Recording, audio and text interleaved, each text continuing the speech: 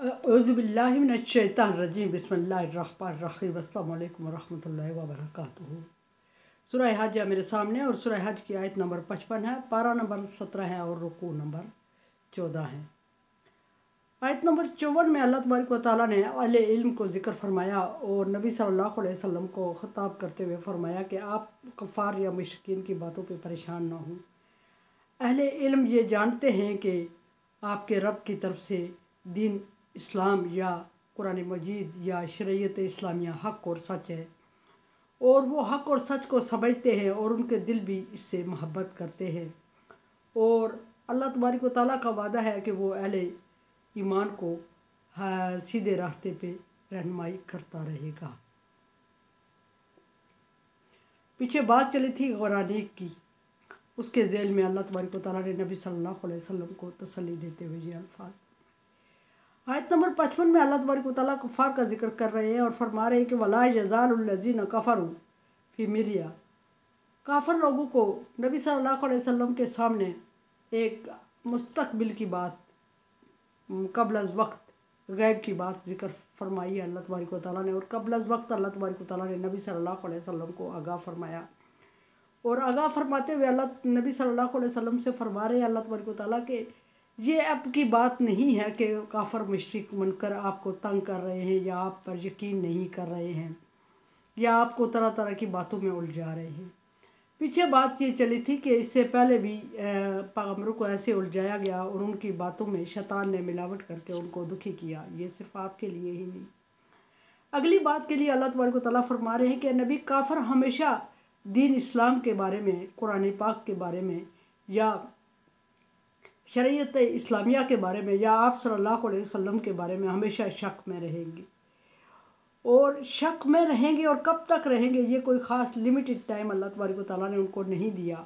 फरमाया कि अल्लाह तबारक व तआला ने कि हत्ता तातियहुमुस्सा बग़ता, यहाँ तक शक में रहेंगे कि अचानक क़यामत उन पर मुसल्लत कर दी जाएगी। इसमें दो तीन चीज़ें अल्लाह तबारक व तआला ने वजाहत फरमाई। एक कुफ़ार की बुरी आदत को ज़िक्र फरमाया कि वो आप पर दीन पर शक करते रहेंगे और ये हमेशा रहेगा। कब तक रहेगा? क़यामत के बर्पा होने तक। फिर क़यामत की अल्लाह तबारक व तआला ने दौरानिया और क़यामत की वजाहत करते हुए फरमाया कि अचानक मुसल्लत हो जाएगी। क़यामत का वक्त अल्लाह तबारक व तआला ने किसी को नहीं बताया। मुशरिकीन मुनकरीन कुफ़ार मक्का ने नबी सल्लल्लाहु अलैहि वसल्लम को तंग करने के लिए क़यामत के वक्त की वजाहत चाहिए आपसे और आप सल्लल्लाहु अलैहि वसल्लम ने बारहा उनको समझाने की कोशिश की और कह दिया कि मैं कल बताऊंगा, थोड़ी देर बाद बताऊंगा। फिर बाज़ रवायात में ये भी एक बड़ी मुश्किल तरीन बात आपसे गुजरी कि आपने उनसे कह दिया कि मैं बताता हूँ, लेकिन इंशाअल्लाह नहीं फरमाया और इंशाअल्लाह ना फरमाने पे अल्लाह तबारक व तआला को नागवार हुआ और अल्लाह तबारक व तआला ने वही का सिलसिला मुनक़ता कर दिया, जिसको ज़माना फ़तरा कहते हैं। और उस वक्त से फ़ायदा उठाते हुए कुफ़ार और मुशरिकीन ने आप सल्लल्लाहु अलैहि वसल्लम को बहुत ज़्यादा तंग किया और बार बार आपसे पूछते रहे बता क़यामत कब आएगी। और वही का सिलसिला रुक गया और आप सल्लल्लाहु अलैहि वसल्लम परेशान हो गए। जब आप सल्लल्लाहु अलैहि वसल्लम परेशान हो गए, वही का सिलसिला रुक गया और कुफ़ार ने आपकी कमज़ोरी समझकर आप सल्लल्लाहु अलैहि वसल्लम पर सवालों की बुछाड़ कर दी और आप डिस्टर्ब हुए।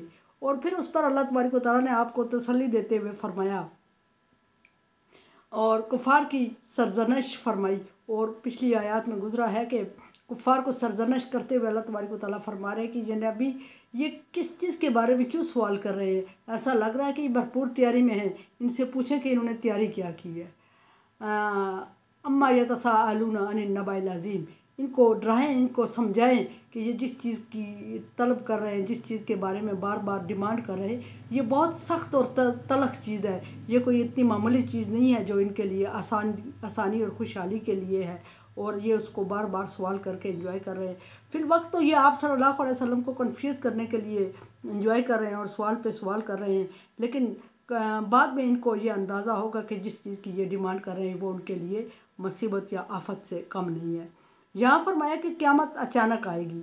पीछे अल्लाह तबारक व तआला ने जब नबी सल्लल्लाहु अलैहि वसल्लम के तरह तरह के सवाल हुए, जब वही का सिलसिला दोबारा चालू हुआ तो वही के जब अल्लाह तबारक व तआला ने नबी सल्लल्लाहु अलैहि वसल्लम पर वही फरमाई तो उसमें नबी सल्लल्लाहु अलैहि वसल्लम को क़यामत की अलामात बता दी गई थी और क़यामत का वक्त नहीं बताया।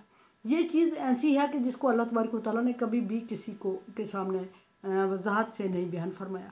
यहाँ भी अल्लाह तबारक व तआला फरमा रहा है कि सात बग़्ता क़यामत अचानक आएगी और उस वक्त ये शक से निकलेंगे, इन पर अचानक क़यामत मुसल्लत कर दी जाएगी। या दूसरा वक्त भी अल्लाह तबारक व तआला ने इनके लिए फरमाया कि जिस वक्त ये शक से बाहर निकलेंगे या मुबर्रा होंगे, और वो वक्त है आओ तातियाहुम अज़ाब यौमुन अक़ीम, कि जिस दिन इन पर बुरा वक्त आएगा, बुरे दिन को इन पर अज़ाब मसल्लत कर दिया जाएगा। उस वक्त इनको यकीन आएगा शरीयत पर और आप सल्लल्लाहु अलैहि वसल्लम पर, शरीयत इस्लामिया पर और आप पर नाज़िल की गई किताब पर यकीन आएगा।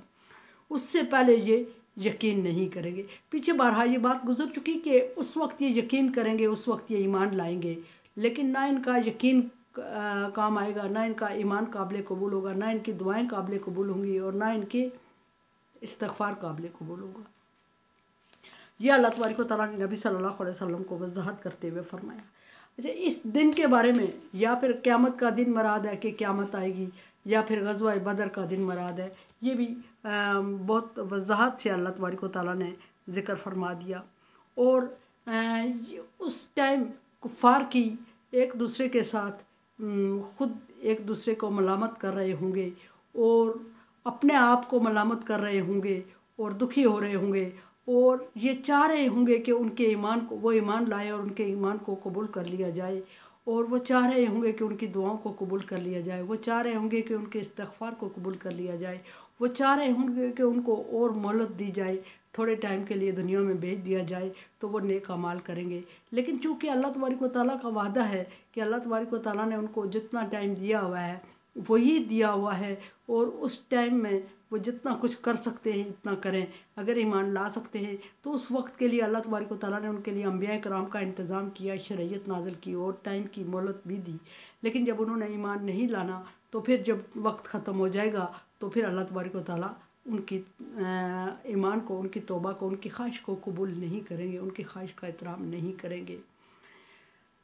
रवायात में ये भी है कि ये 3 टाइम मराद है, या फिर कोई नबी अपनी कौम से मायूस होकर वो एरिया छोड़ दे तो उस वक्त अजाब आता है तो वो तौबा कबूल नहीं होती, या फिर क़यामत की निशानियों में से कोई निशानी नमूदार हो जाए जो लोगों के दिल को दहला दे, लोग डर जाए और उस वक्त लोग इस्तिग़फ़ार करने लगे तो क़यामत की निशानियों के ज़ाहिर होने के बाद तौबा कबूल नहीं की जाएगी। या पर्सनल एक बंदे पे वक्त नज़ा जब आ जाता है तो वक्त नज़ा करीब हो जाए, मसल्लत हो जाए नज़ा, उस वक्त अगर बंदा इस्तिग़फ़ार करता है, तौबा करता है, ईमान लाता है तो वो काबिल कबूल नहीं होती।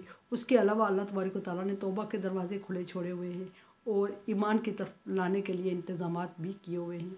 लेकिन कुफ़ार के लिए अल्लाह तबारक व तआला ने फरमा दिया कि ये हमेशा शक में रहेंगे, या फिर इन पर अज़ाब मुसल्लत हो जाएगा या फिर क़यामत मुसल्लत हो जाएगी, और इसका मतलब यह है कि उस वक्त इनकी तौबा कबूल नहीं होगी और ये अपने हाल में रहेंगे। मेरे चैनल को देखें, समझें और सब्सक्राइब करें और सदका जारिया मेरा साथ दें। अल्लाह हाफ़िज़।